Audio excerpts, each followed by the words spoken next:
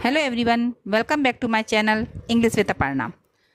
क्या आपको भी is, am, are, was, were और विल सेल के यूज़ में हमेशा कन्फ्यूज़न रहता है? तो इस शॉर्ट वीडियो में आपका ये सारा कन्फ्यूज़न रूल्स के साथ लाइफ टाइम के लिए क्लियर होने वाला है। तो let's be start. Present, past, future. तो अब हम स्टार्ट करते हैं प्रेजेंट टेंस से। तो हेल्पिंग वर्ब, अफर्मेटिव की क्या होती है ये आपको हम फर्स्ट और सेकंड वीडियो में बता चुके हैं और थर्ड वीडियो में भी। तो यह हमारा प्रेजेंट टेंस है, तो इसकी हेल्पिंग वर्ब आप ध्यान रखिए क्या होती है। प्रेजेंट टेंस में इज एम आर लगता है, तो ये सारी helping verb is am are से स्टार्ट हैं। और इन्हीं हेल्पिंग वर्ब में अगर आप नॉट लगा देते हैं तो नेगेटिव सेंटेंस बनता है।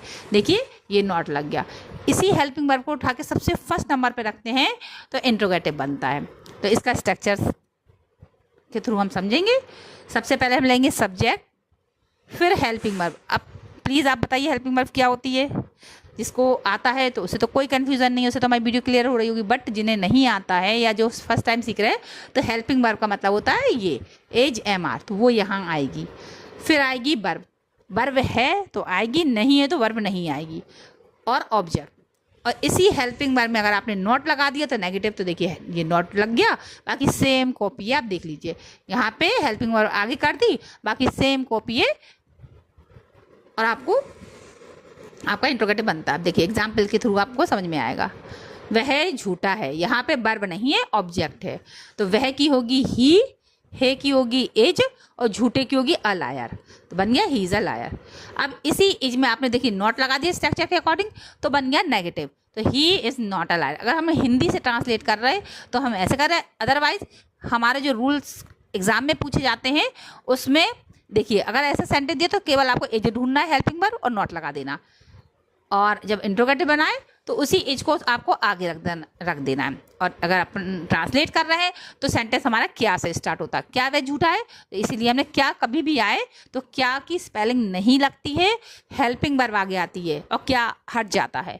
तो हेल्पिंग वर्ब आ गया ही एज और क्या अपने आप अपनी प्लेस से चला गया, क्या का अब कुछ नहीं है। अब वह की स्पेलिंग लिखेंगे ही और झूठे की लिखेंगे अ लायर।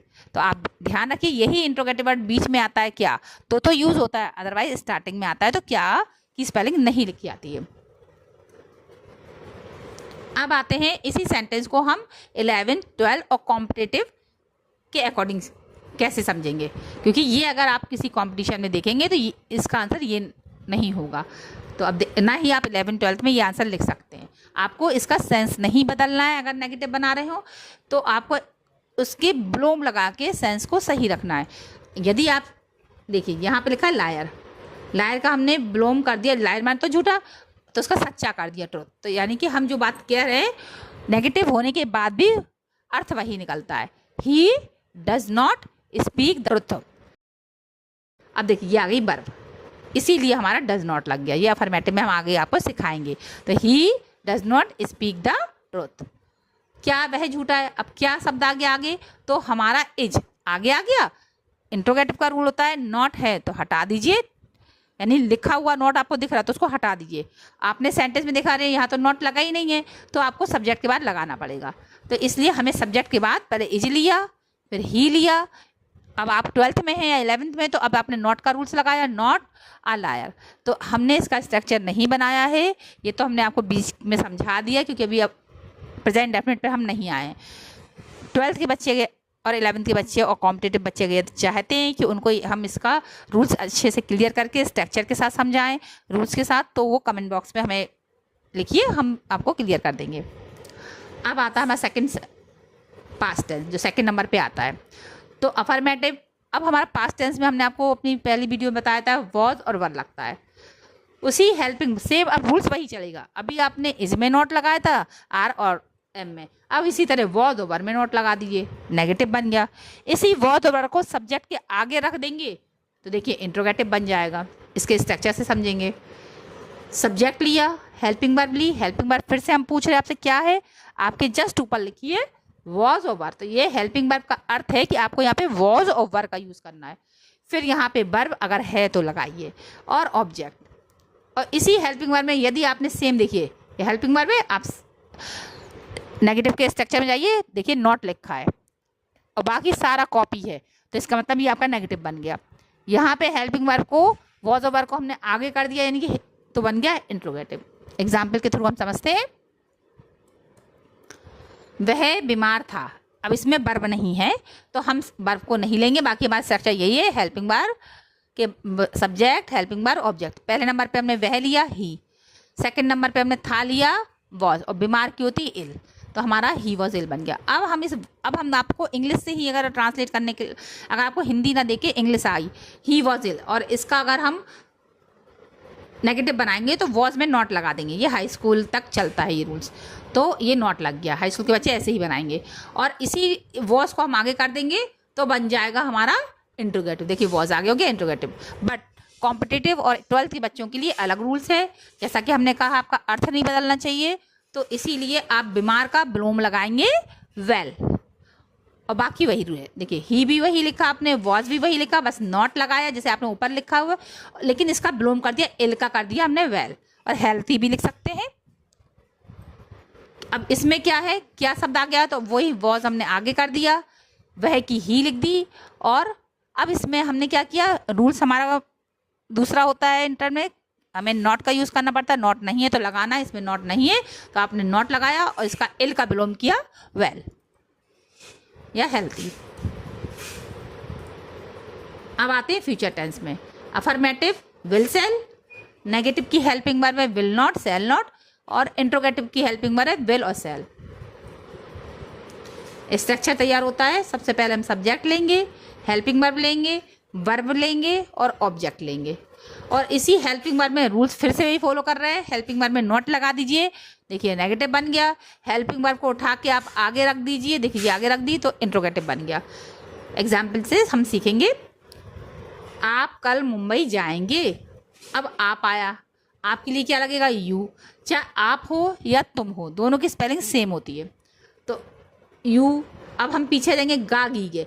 गा गी के लिए हमने आपको हेल्पिंग वर्ब बताई है ना, विल और सेल। तो अब आपकी ये हेल्पिंग वर्ब यहाँ पे बदल के देखिए विल हो गई, क्योंकि रूल्स हमने पार्ट 1 में आपको सिखाया है।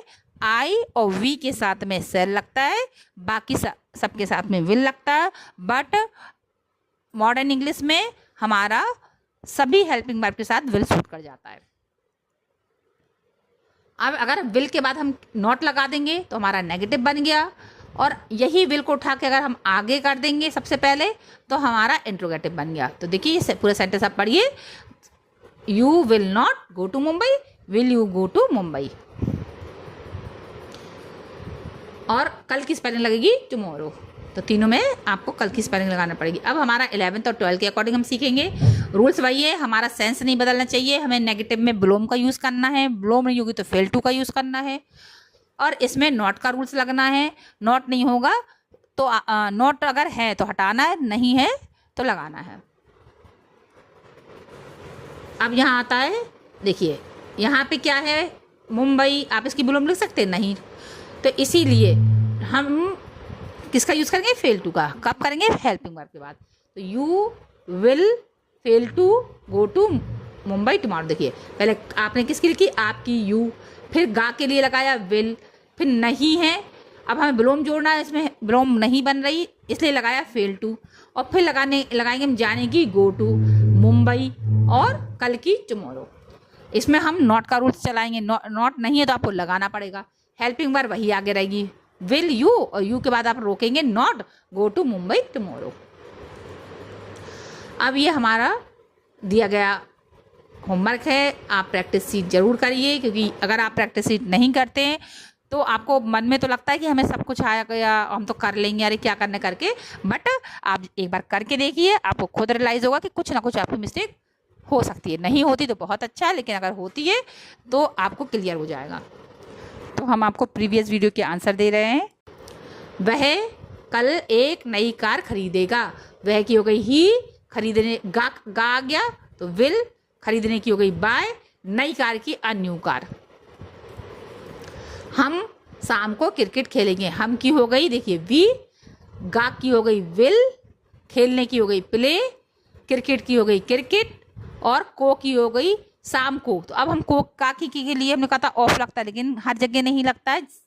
शाम को, रात को, शाम को, सुबह, इनके लिए इन लगता है, इन द, तो इन द इवनिंग। मैं कल सुबह जल्दी उठूंगा। देखिए पहले नंबर पे हमने लिया मैं, तो बन गया आई। फिर गा के लिए विल और शैल। देखिए इसलिए हमने पहले बताया था कि हम आई के साथ विल भी यूज़ कर सकते हैं, शैल भी यूज़ कर सकते हैं, इसलिए ये सेंटेंस गलत नहीं होगा। फिर उठने की होगी वॉक अप, और जल्दी की अर्ली, और सुबह की होगी इन द मॉर्निंग और टुमारो। वे अगले महीने दिल्ली जाएंगे, तो वे की क्या होगी, बहुत सारे लोग हैं इसलिए दे। गा की होगी विल, जाने की होगी गो टू, दिल्ली की होगी दिल्ली, और अगले महीने नेक्स्ट मंथ। रीमा की होगी रीमा, गा के लिए लगेगा बिल, पकाने की लगेगी कुक, और खाना की आप चाहे तो लगाएं लेकिन और नहीं भी लगाएं, यानी कि खाने की जरूरी नहीं है। आज रात का खाना एक साथ ही होगी कुक की होती है खाना बनाना या खाना पकाना, और रात की हो गई टू नाइट। तो इस तरह हमारा सेंटेंस बनता है। रीमा, गा की हो गई विल, खाना की हो गई कुक, और आज रात की हो गई टू नाइट। तो जो हमने फूड ब्रैकेट में डाला है उसकी नीड नहीं है, आपको ज़रूरी नहीं कि वो लिखा जाए। तो थैंक यू फॉर वॉचिंग। तो प्लीज़ मेरे चैनल को सब्सक्राइब कीजिए अगर नहीं किया है, और लाइक करना मत भूलिए और कमेंट करना।